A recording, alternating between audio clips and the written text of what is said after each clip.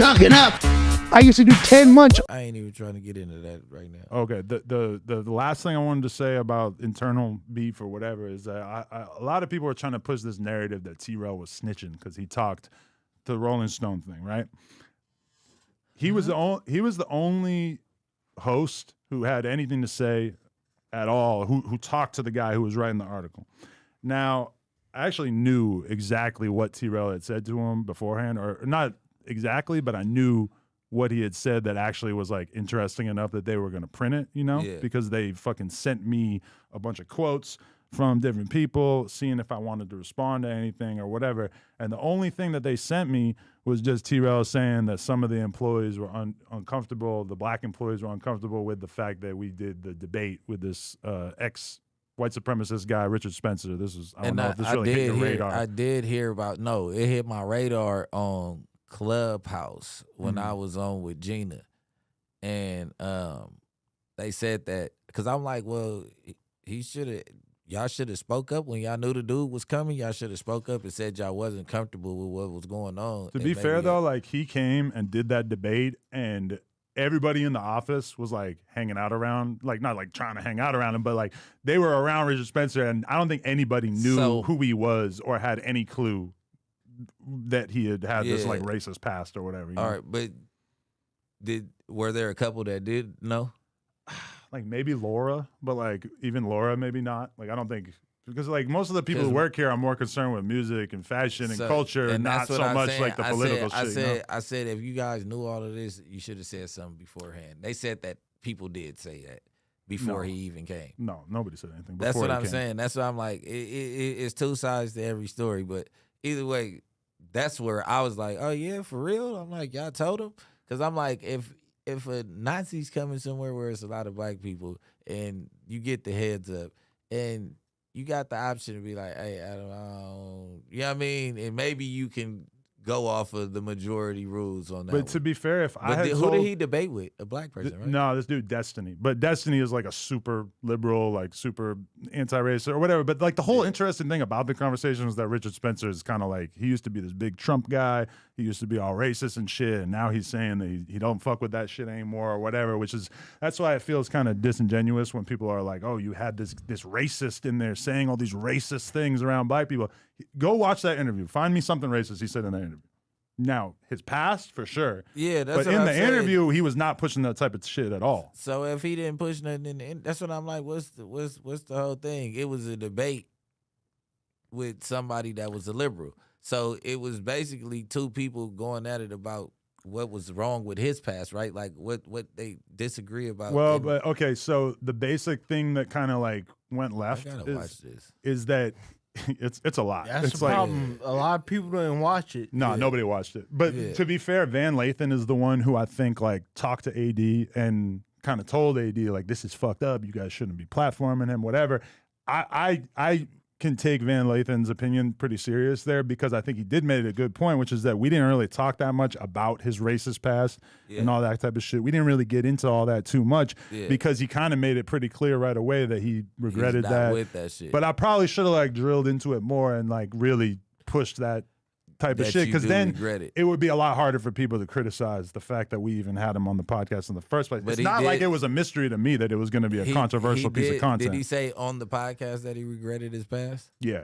I mean, like I said, man, some people just overdo shit. Like if it's somebody who's reformed, like everybody's you're calling for change. You're marching, you're rioting.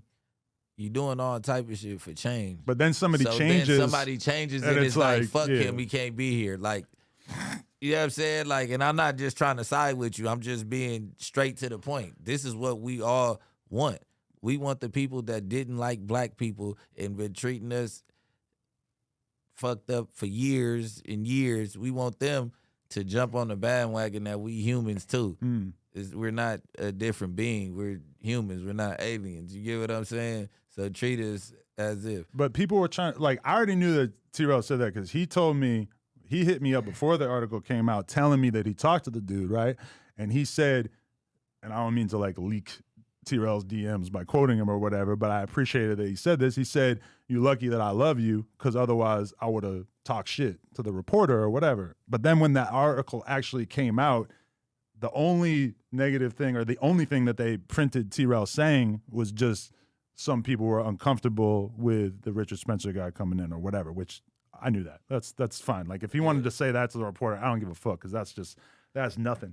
But then I kind of felt bad for him. Like, he was kind of naive, because I realized from watching him talk about it on his stream that he thought when Rolling Stone hit him up, he thought that he was going to get to promote back on Fig in the Rolling Stone article. Yeah. Let me put it in perspective for you. If anybody ever hits you up from the mainstream media and they want to talk about one of your homies, there's a 99% chance that they're trying to shit on him. I remember one time, the same dude who wrote this Rolling Stone article, he wrote multiple articles about academics, right?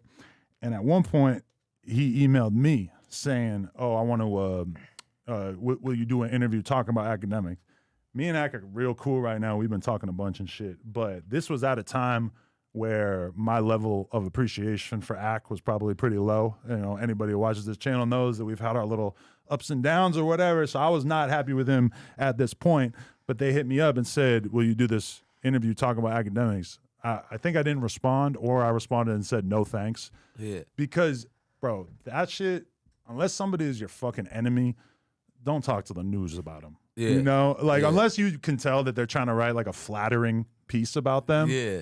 It's not a good idea, because they're just, you know that this is what they do, especially Rolling Stone. Like, Rolling Stone is such a big publication, such a famous brand name. But the reality is that when you actually look at the journalism they do these days, they basically take new podcasters, content creators, YouTubers, and then they just find things to pick on them for, and then they write these like hate pieces about them. Oh, because you guys basically took their platform. Mm-hmm. That shit's because not nobody popular thinks no more. about Rolling Stone when it comes to like what new music is popping. Yeah. But then they will listen to me, and they will listen to Ak, or they will listen to whoever. Yeah, for sure. You know, so that's just like their thing. I kind of felt bad back for into the music too. That's what I'm saying. Yeah. But You what's gotta this do more guy's of that. beef Fuck with the back to media? music. Like, why was he writing about acting and writing about you?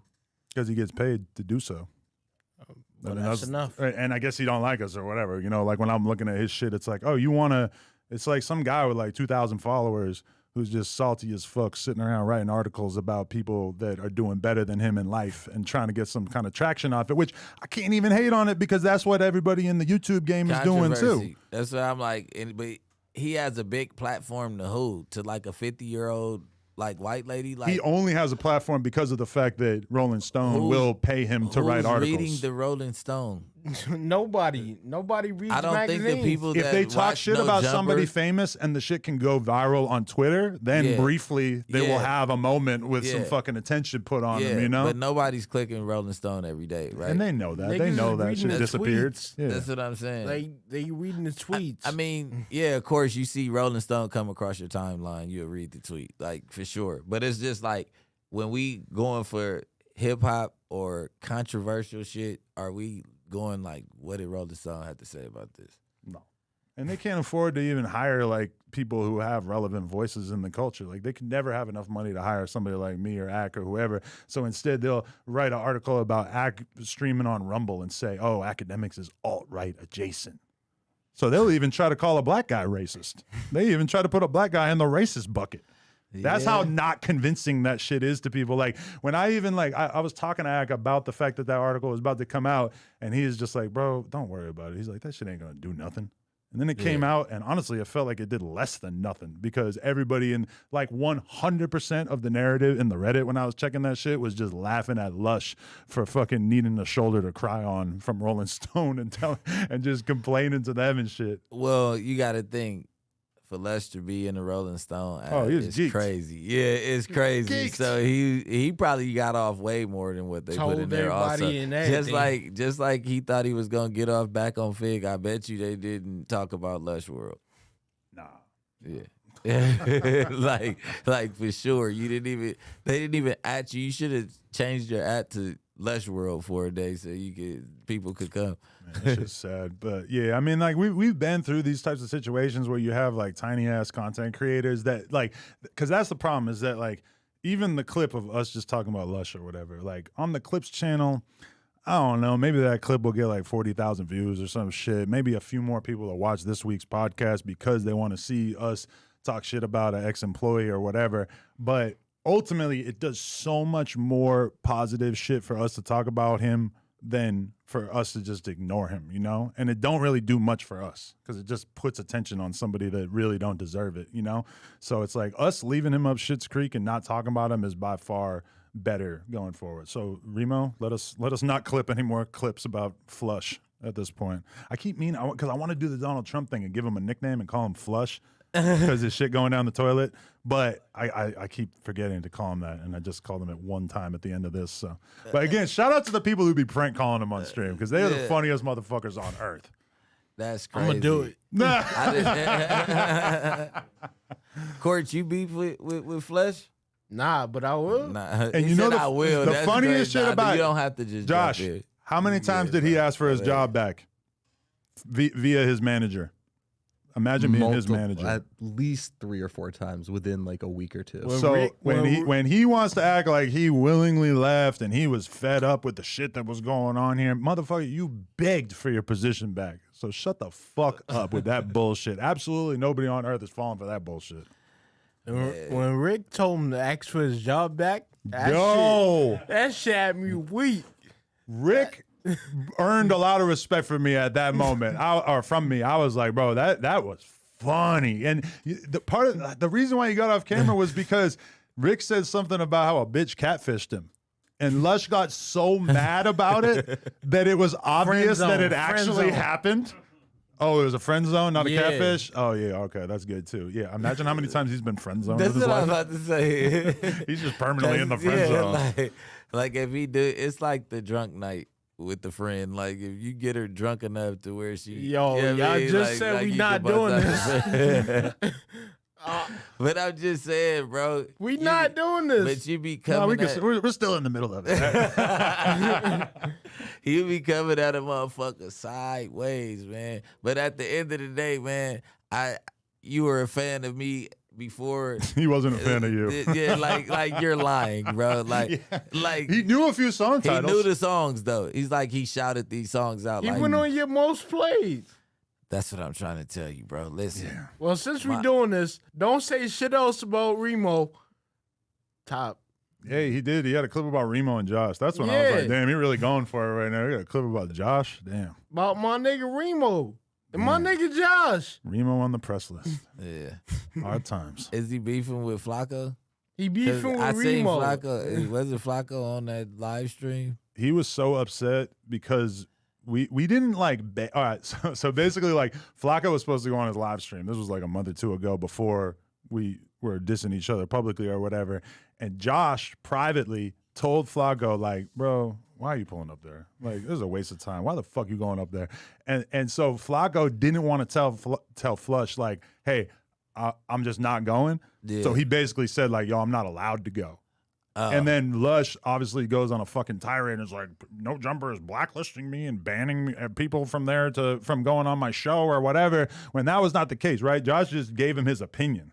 To start the convo, Flacco was telling me how he didn't want to go. Yeah. That's how the whole conversation started. It's and I so said, far, probably too. Like, shouldn't. the Why are you going to Santa Clarita? It takes a lot for me to go to Santa Clarita. Yeah, that shit is so far, first and foremost. So that's one of the reasons why that a motherfucker don't want to go. You know why I drive to the Santa Clarita area? Is to hang out with my parents who like me. Oh, That's something you can't say, Flush, because you got fucking exiled from your family, bro. Like, your family don't even you're a Southern California resident. Your family is from here. My parents moved to Southern California to be closer to me and my family.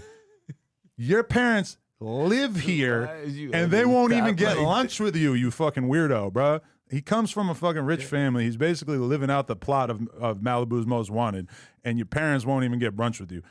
I'm sorry. We got to just leave it at that because officially shit is too sad for us to even like go into this anymore. It's too dark.